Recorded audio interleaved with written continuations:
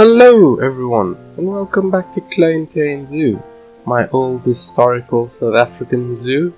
And today, I'm afraid no time lapse, simply because I think what I'm going to be doing today I'll be able to explain better in the form of progress updates. And what I am doing today is some foliage work, because the foliage is okay, but I can do a better job, especially along this area here. This area back here. Just the way I did it, I just took a bunch of trees and plopped them down, but I think I can make it a bit more organized, and I have chosen a proper location that the zoo will be in, so I definitely think I need to redo my foliage to better suit that area, which I'll talk about in a little bit. But anyway, general theme, I do want to keep the thing I've had going on, where this little section over here will be a bit more of a indigenous foliage, as well as along the back of this little place here maybe, and the back of the map, although I don't know if I'll get to the back of the map today. I might just do the foliage as I build along there, but definitely these areas I've started working on already. Gonna do the foliage in there, and the area of the estate I'll kind of keep as alien foliage, but I want to do a bit of a better job of it. But for me to explain how I'm gonna better do the foliage, I'm gonna have to go out of Planet Zoo and into Google Maps, just so I can show you the location and the biome that I'm gonna be working in. So initially I did say I was gonna build somewhere in the Cape. If you look at this map of the old provinces of South Africa, this is in 1910. This entire area is the Cape. Yeah, so when the new provinces were made in 1994, we did get a further division. So I did say in the first episode I was going to it wouldn't be Northern Cape, because not a lot of major cities that were able to support a zoo in Northern Cape. So probably Western Cape and Eastern Cape. But I was mainly going for Eastern Cape, and I decided to go with the city of Port Elizabeth. And the reason why is because it kind of is in a really good spot with the biomes of South Africa. So if we go over here and look at this biome map of South Africa, we have a few different biomes here. So as you can see, in the Northern Cape we have this Karoo, Namakru, succulent Karoo, which is very dry, semi-desert, arid region. We have the fynbos over here in Western Cape, so that covers Cape Town, which should be somewhere over here, I guess. That's a Mediterranean chaparral type biome. And over here, this little point where, if you can see my mouse cursor, that should be where Port Elizabeth is, I believe. Yep. This should be where Port Elizabeth is, and this follows the Albany thicket biome. Is right there, and it kind of right on the border of the fynbos biome. So that way I can take inspiration, I can take factors from both fynbos and from Albany thicket. So I'm mainly going to be focusing on the Albany thicket biome, simply because most of Port Elizabeth is in the Albany thicket, and I really want to have a go at tackling the vegetation of the Albany thicket. So this is a map according to Wikipedia what classifies as Albany thicket, although some other maps I have seen does say it continues along the entire eastern coastline of South Africa. So I'm not 100% sure where the borders are, but yeah, I know the area of Port Elizabeth, the area where I want to build in, is Albany thicket. And if I want a visual representation of what Albany thicket looks like, this image captures it perfectly. Although it is low resolution, it is one of the better images I could find on Google. So it has this thick, dense bush.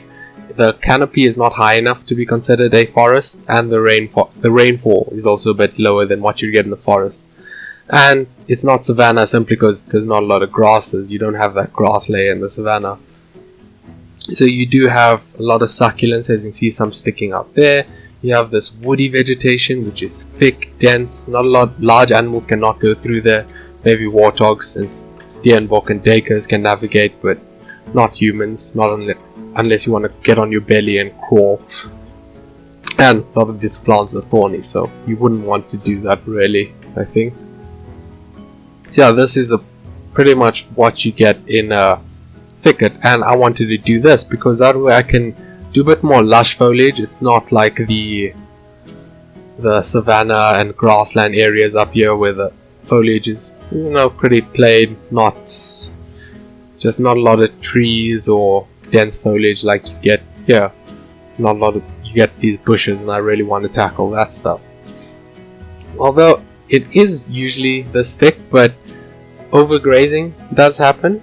Not necessarily, it can be by domestic livestock that people put there, but also elephants and antelopes that enter the area can destroy the thicket, essentially leaving these bushes and leaving what looks pretty much more like a savanna than a thicket. So in areas of the estate where I was going to have, say, cattle grazing and that, I will try and recreate more of this. But kind of along the street there, where there wouldn't be any herbivores, any cattle or wild antelopes grazing, it will be more of this dense foliage. So yeah, I'm going to hop back into Planet Zoo and try and recreate this thicket. So, as for the alien foliage, the man-made trees I've put here that I did already, I'm going to change this up, because as it is, I just took trees and I spread them around evenly, which doesn't feel very realistic, doesn't look very realistic either.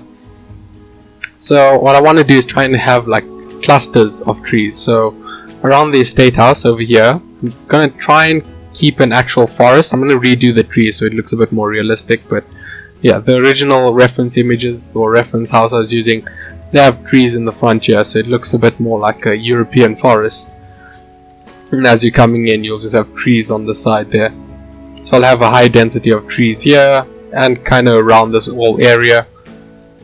And here as well, yeah, wherever people kind of live by buildings, there'll be a lot more trees to decorate the area.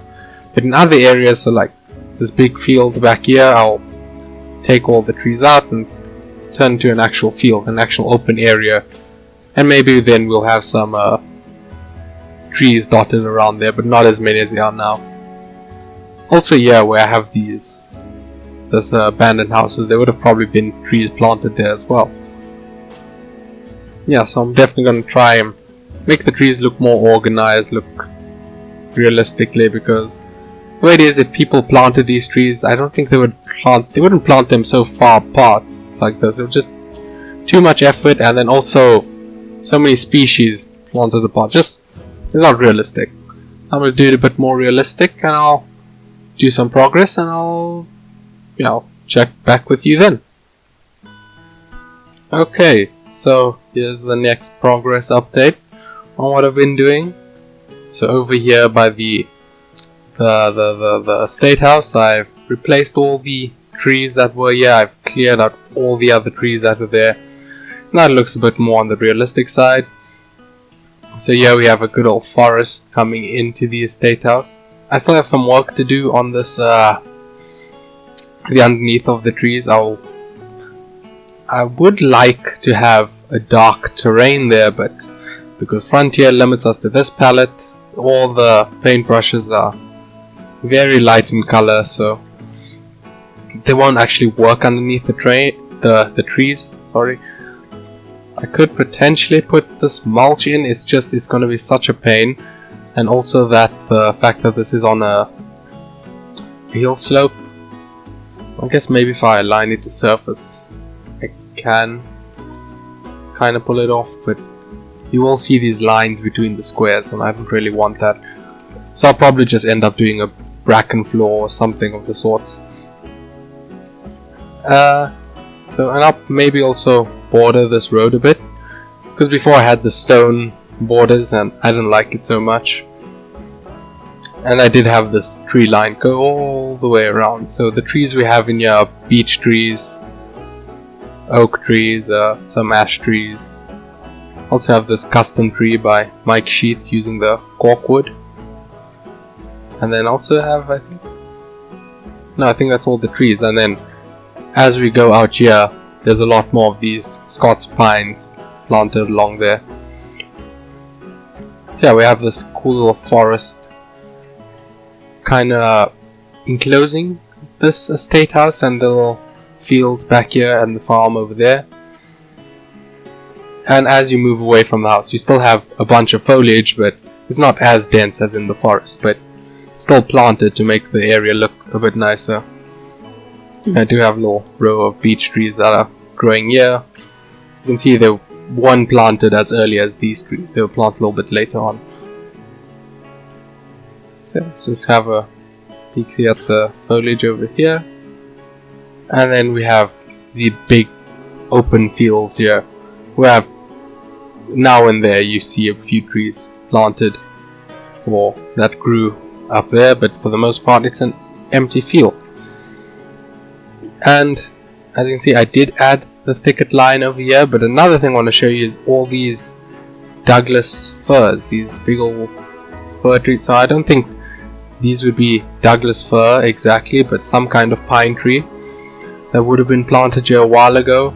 I think story wise there would have been this entire property would have probably been a lumber farm used for these, all for timberwood or just chopped down for either paper or construction wood. And then later on the trees were all cleared out to make space for this estate. So, but in places you do have the trees that were still kept because I guess it gives a cool kind of look to it. So I have trees there, a little bit of trees here right by the entrance. So you can really see that there used to be these all planted trees there. And I put a bunch of trees all the way back here and trees along there. And I did extend the thicket line all around the map. You can see here in the back where we have this ridge, I do also have the thicket line, and maybe in the future when I come to this ridge I'll do a bit more work on it. Put like actual rocks and stuff in there so it looks a little bit better, but no, it doesn't look too bad, and it is being covered by these trees anyway, so it's not much point in doing work as it is right now. But we do have a bit of a rocky outcrop over here where the terrain suddenly goes steep, and I do want to do some work on that. So by the end of the episode I'll have some rocks going up there, creating a little steep hill, and it gets steeper and steeper and eventually just goes into a vertical face. I do have two other spots here where I want to do it. I'm not sure if I'll do it this episode because they are a bit far out of the way and you can't really see them from where we are working in this area. And yeah, as the abandoned farm that was here, I also added a few more trees around there because it would have been planted before those buildings were abandoned. Anyway, I still do have some work to do. Like I said, I want to work on the forest floor, and I want to do some gardening over here. Also, like I said, terrain work. And one thing I also want to do is I want to release the animals, the ostriches and all the antelope and the zebra. So I was thinking realistically on an estate like this, the reason you would get animals is so they can walk around on your estate and you feel like you're not in an estate but in the wild with all these wild animals running around, or they took a piece of the wild and it's yours. So I think I'm going to release those animals, and if I do, I'm probably going to get rid of this exhibit then, this enclosure, this paddock, because I'll keep the paddocks because it does make sense story-wise that these would still be used to keep livestock, or if they need to take care of any of the wild animals, they can put them back in these paddocks. I also spend a lot of time on them. And it also means I'm probably gonna have to raise the fence up a bit, as well as turn this entire area into an enclosure just with this fence, and I'll have to bring a fence wall around there, and then we have one big enclosure for the animals. So yeah, I'm gonna try and do that, and I'll check you in the next and probably last progress update. So, what seems like an eternity later, yeah, I just gotta apologize for this episode taking so long to come out. I realize it'll be probably like just over 3 weeks since my previous episode when this episode comes out, so yeah, I keep on thinking that an episode will be short, quick, I'll have it done in a week, and it ends up being longer. I keep on dishing more than I can chew.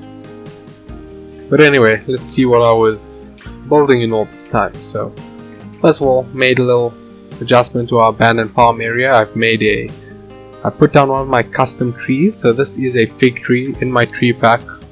The link for the tree pack will be in the description for the Steam Workshop link.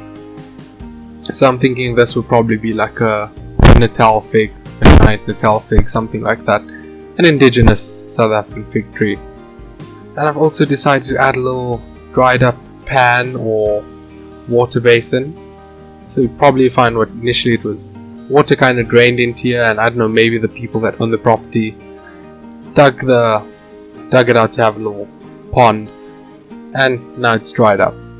And so the geography or geology does kind of match up with that, because there is this I made a slight hill there so the water would drain in this direction, and another slight hill over here.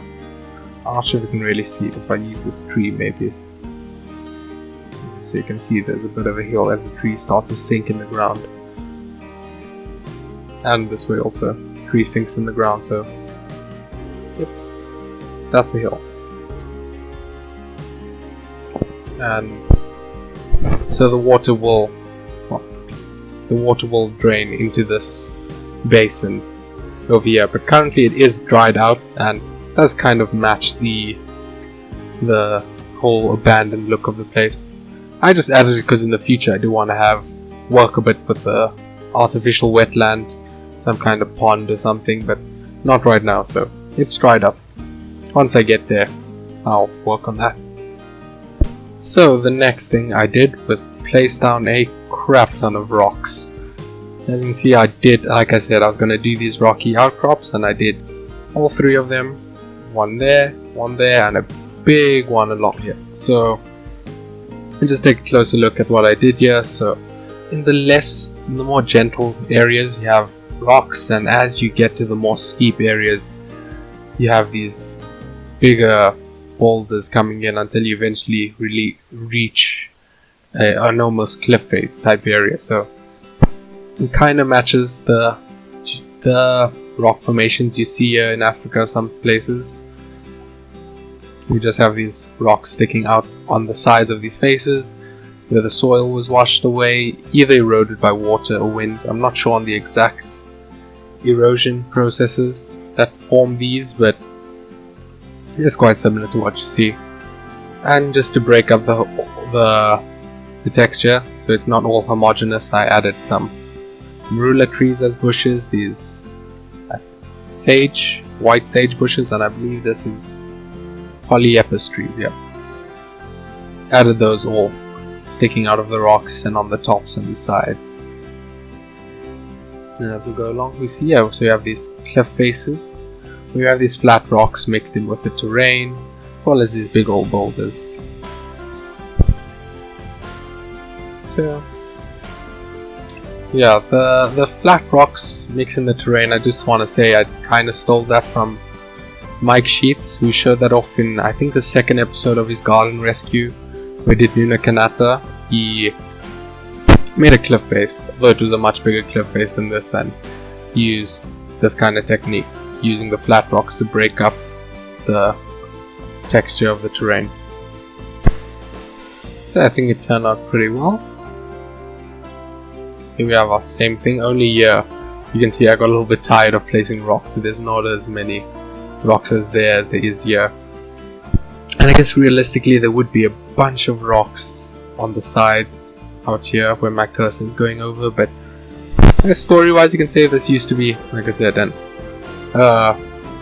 artificial forest, a timber farm, but so maybe they just moved the rocks to plant the trees that were here. I don't know, I was getting so... there's too many rocks to place. I've been placing way too many rocks. You'll see later. I'll show you even more rocks I placed in one of the gardens.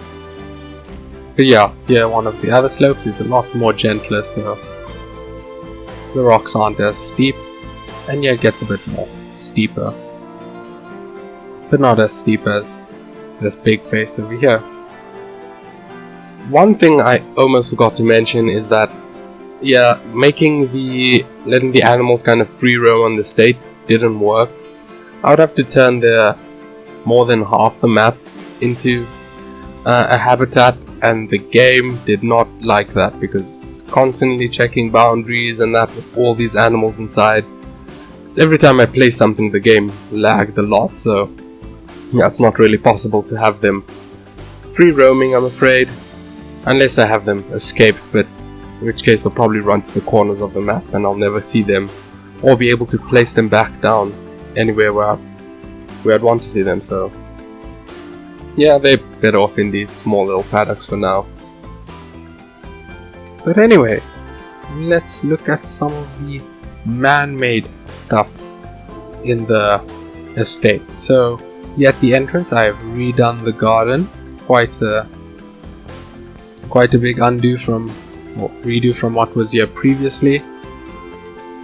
So yeah, here you see a lot more rocks that I've placed down, only these are a lot smaller, not the big boulder types that you get over there.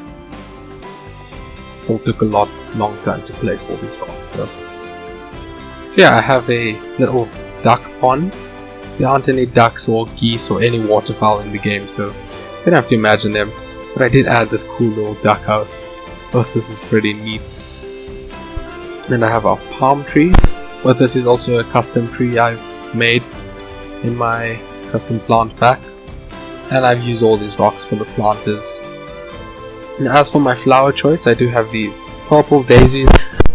Unfortunately in the game there's not a lot of yellow flowers. I would like a lot more yellows and reds in here, but I had to settle for the purple. Then I do have these proteas, which are indigenous to South Africa, so they make sense. Then I do have these lobster claws. So while lobster claws I believe are an South American or the Asian plant, one of the two, I'm not sure.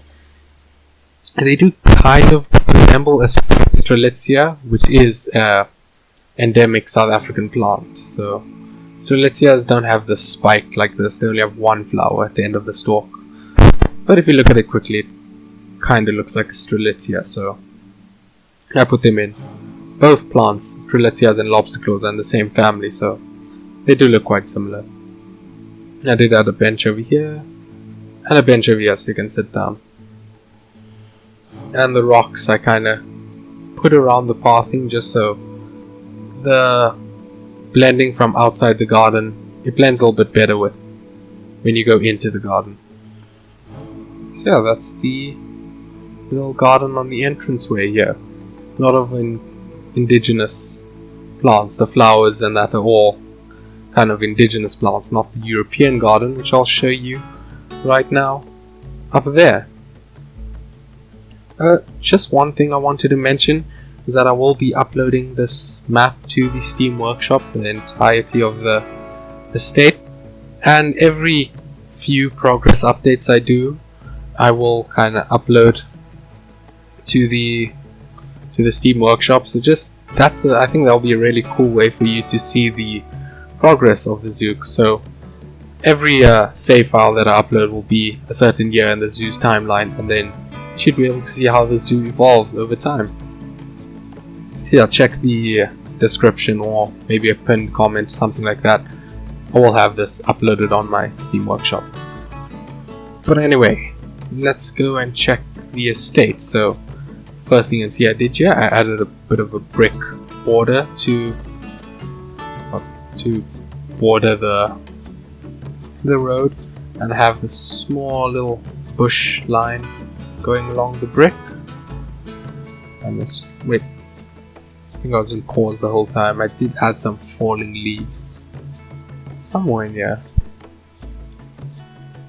Yeah, there you could see one leaf. I don't know, there's a few falling leaves. I didn't want to overdo it because then it would look like the trees are in autumn. But yeah, let's take a look there. I did decide to just leave this forest floor bare. I would like to have maybe a bunch of actual leaves that have looked like they've fallen in there, but there's no terrain texture in the game, or at least in this biome. Oh, and it's so annoying that this is such a light shade of soil, because you really do get dark soil in in savanna biomes, you get dark soil and light soil. So I don't know why Frontier only gave us light soil. Give us more swatches, Frontier. Jesus, okay, game. Why are you being weird like that? Okay, yeah, so that's just left bare, and I think that looks better. Would be better with a darker soil texture, but we've got to make do with what we get. So yeah, in the front of the house, I've added a few more pot plants. There's some at the back I'll show you now. I've added a few custom cycads also in my plant thing, my plant pack. The brick kind of continues along there, bordering the parking lot. I don't know, quotation marks parking lot. There aren't really cars at this timeline. And I did add a bit of a concrete area up here. Before, this was a bit of it was dirt. These washing lines were on dirt, but I decided let's put them on some concrete. And a few more pot plants here to spruce up the place. And I added a little garden to the side, so we have some small palms, but don't worry, they'll grow up throughout the years to become big and strong. And we have a few flowers growing along here. So you can see this is the more typical European garden. So these are all European plants, these rose bushes, and I forgot what kind of flowers these are, but probably imported flowers, not indigenous. So yeah, the gardens, yeah, definitely more European, not like in the front of the estate where we have the indigenous gardens. And I've added a big old fig tree. So I thought, unlike the fig tree over there by the abandoned farm, this would have been a planted fig tree. So I'm thinking maybe like an Australian banyan tree. That's the kind of fig that would have been planted here. And we have this cool little planter that it's in, with some rose bushes on the side. But for the most part, this back area is an open field that kind of resembles more the source material that I took the estate from. Although the actual estate that I copied this building from doesn't have this little fig tree bit here. Decided to add that myself. So yeah, from down here it gives a really cool view looking up at the fig. So I think that's pretty much all I've got to show for today. I hope you enjoyed watching it. You can download the map in the description. Hopefully I've put it up. If it's not there now, we'll put it up in the future. So yeah, thanks for watching. See you in the next one, which hopefully won't take as long to get out. Bye!